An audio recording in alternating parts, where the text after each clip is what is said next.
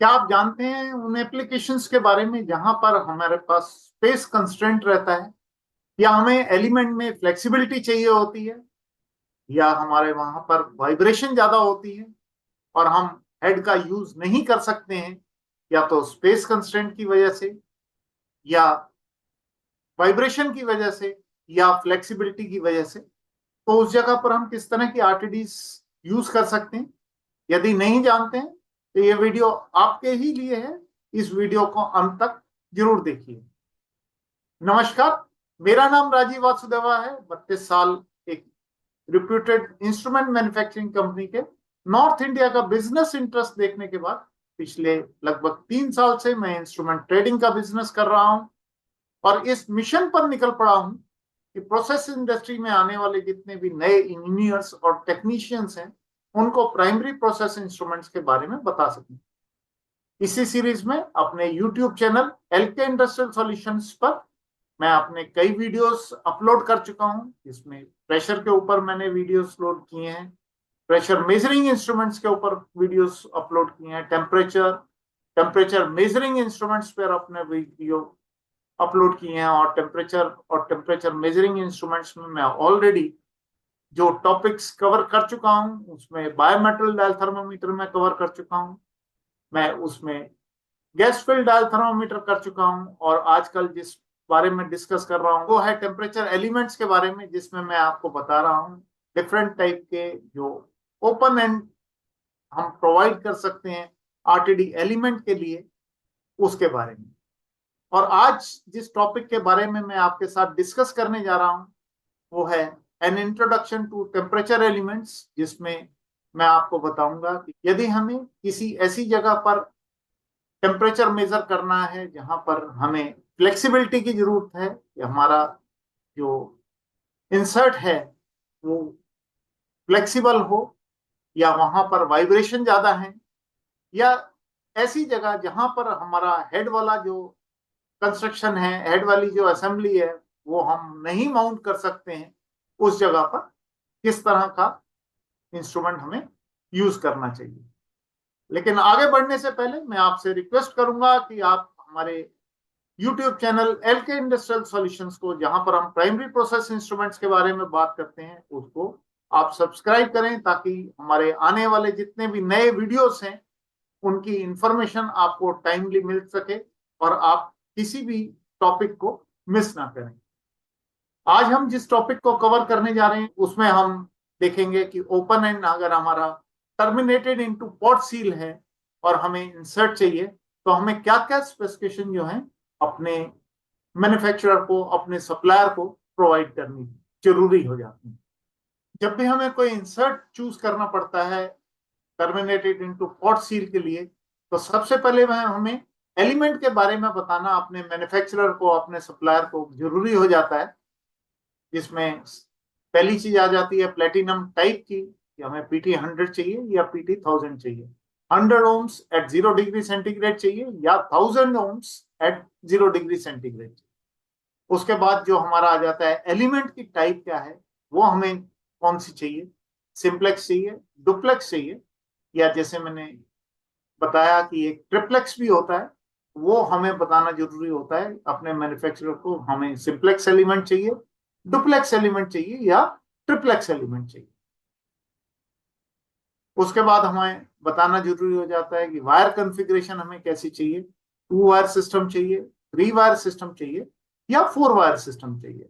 जिस भी तरह का हमें कॉन्फ़िगरेशन चाहिए वो हमें अपने मैन्युफैक्चरर को बताना जरूरी हो जाता है। उसके बाद हमारा आ जाता है कैलिब्रेशन। कैलिब्रेशन में उसको हम नॉर्मली 2 पार्ट्स में डिवाइड करते हैं। एक तो कैलिब्रेशन का जो स्टैंडर्ड है, डिन स्टैंडर्ड चाहिए, डिन 43760, या IC 60751 हमें स्टैंडर्ड चाहिए, वो हमें बताना जरूरी हो जाता है। उसके बाद क्लास ए चाहिए हमें, या क्लास बी चाहिए, वो हमारे लिए बताना जरूरी हो जाता है। एलिमेंट के बाद में आ जाता है शीथ के बारे में। शीथ में हमें सबसे पहले उसका आउटर डायामीटर कितना है वो हमें बताना जरूरी होता है। आउटर डायामीटर में हमारा जो डिफरेंट डिफरेंट डायमीटर्स अवेलेबल रहते हैं इसमें, उसके हिसाब से 3.2 mm है, 6 mm है, 8 mm है, 10 mm है, जो भी हमारा डायमीटर है वो हमें बताना जरूरी हो जाता है कि हमारा जो वहां पर जहां हमें लगाना है वहां का जो ओडी है वो इतना है, उसके सुटेबल हमें हमारे शीट का ओडी चाहिए। ऐसा नहीं होना चाहिए कि जो हमारा शीट का ओडी है वो जिस भी जगह पर हमें उसे इंसर्ट करना है वो वहां पर इंसर्ट कर ही ना पाए। उसके बाद आ जाता है कि हमारे शीट का मटेरियल क्या है, SS 316 चाहिए या SS 316 सेल चाहिए। इन दो में से ही नॉर्मली हम डिसाइड करते हैं। SS 304 भी दिया जा सकता है, लेकिन उससे कोई इतना प्राइस में फर्क नहीं पड़ता है, तो इसीलिए मैन्युफैक्चरर्स जितने भी हैं या जितने भी सप्लायर्स हैं उन्होंने स्टैंडर्डाइज कर रखा है कि SS 316 या SS 316 सेल कौन सा मटेरियल चाहिए। शीट के बाद आ जाता है कनेक्शन।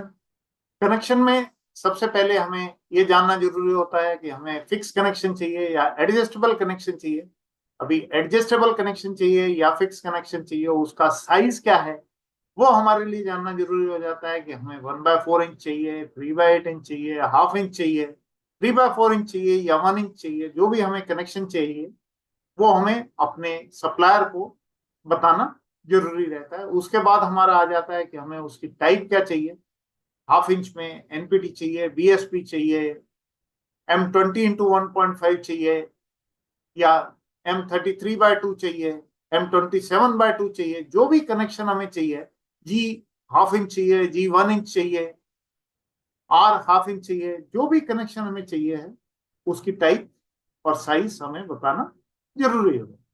और उसके बाद हमें जो एमओसी है उस कनेक्शन का वो बताना सही रहता है कि हमें SS 304 चाहिए या SS 316 चाहिए। ये दो तरह के कनेक्शन ही नॉर्मली इसमें थ्रेडेड में हम प्रोवाइड करते हैं।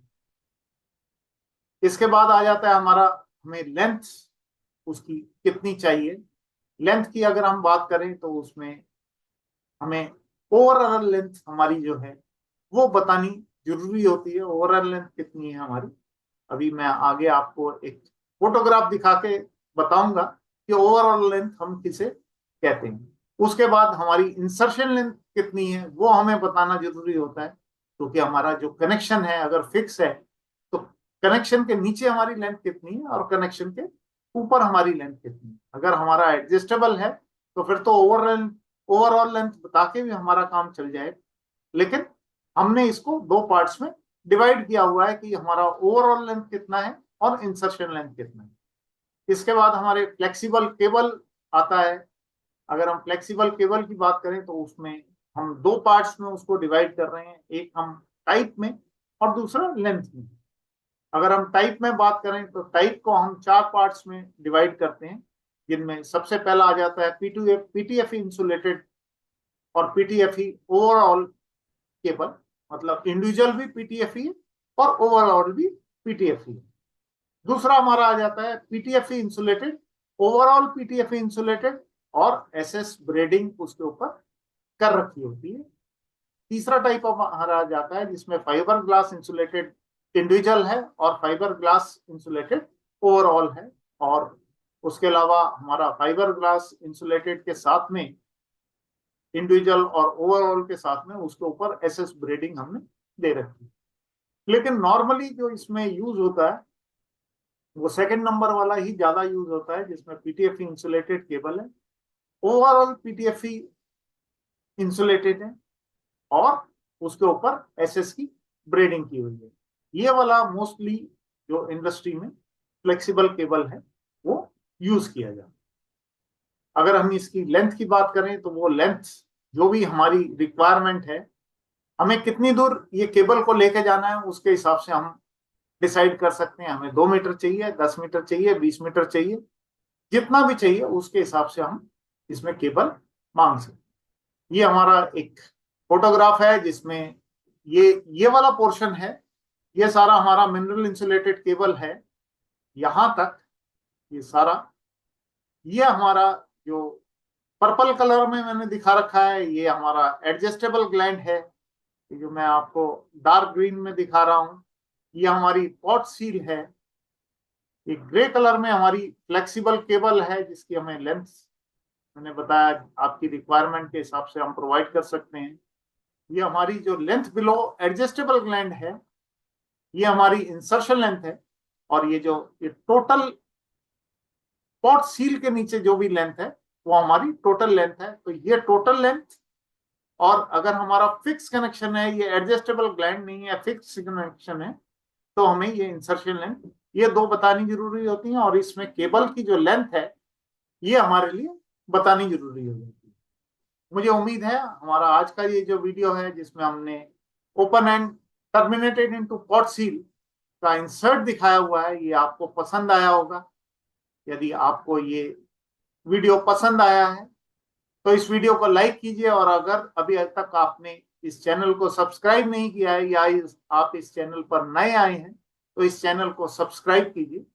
यदि आपको लगता है कि इस वीडियो में कुछ ऐसी इंफॉर्मेशन आपको मिली हैं जो किसी काम आ सकती हैं, आपके किसी दोस्त के, किसी आपके साथी के, आपके किसी कुलीग के, आपके किसी इंजीनियर के, किसी टेक्नीशियन के, तो इस वीडियो को ज्यादा से ज्यादा शेयर कीजिए, ताकि वो लोग भी इस वीडियो में जो इंफॉर्मेशन है उसको यूज कर सकें, अपने आप को अपग्रेड कर सकें। यदि आप हमारे साथ कनेक्ट होना चाहते हैं तो आप हमारे फेसबुक पेज पे हमसे कनेक्ट हो सकते हैं। आप फेसबुक ग्रुप को ज्वाइन कर सकते हैं। आप इंस्टाग्राम पर भी हमारे साथ जुड़ सकते हैं, और लिंक्डइन पर भी आप हमारे साथ जुड़ सकते हैं। यदि आप हमारे साथ कांटेक्ट करना चाहते हैं तो आप हमें हमारे मोबाइल पर कांटेक्ट कर सकते हैं।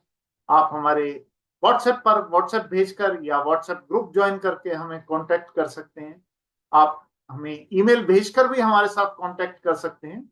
और आप हमारी वेबसाइट पर जाकर हमारे प्रोडक्ट्स भी देख सकते हैं, और जो कॉन्टेक्ट अस का फॉर्म है उसे फिल करके आप हमारे साथ कम्युनिकेट भी कर सकते हैं। आप इस वीडियो के नीचे जो एक कमेंट्स का कॉलम है उसमें भी कमेंट करके आप इस चैनल के बारे में क्या सोचते हैं, इस वीडियो के बारे में क्या सोचते हैं, या आप कौन से नए टॉपिक्स देखना चाहते हैं, उसके बारे में भी हमें बता सकते हैं।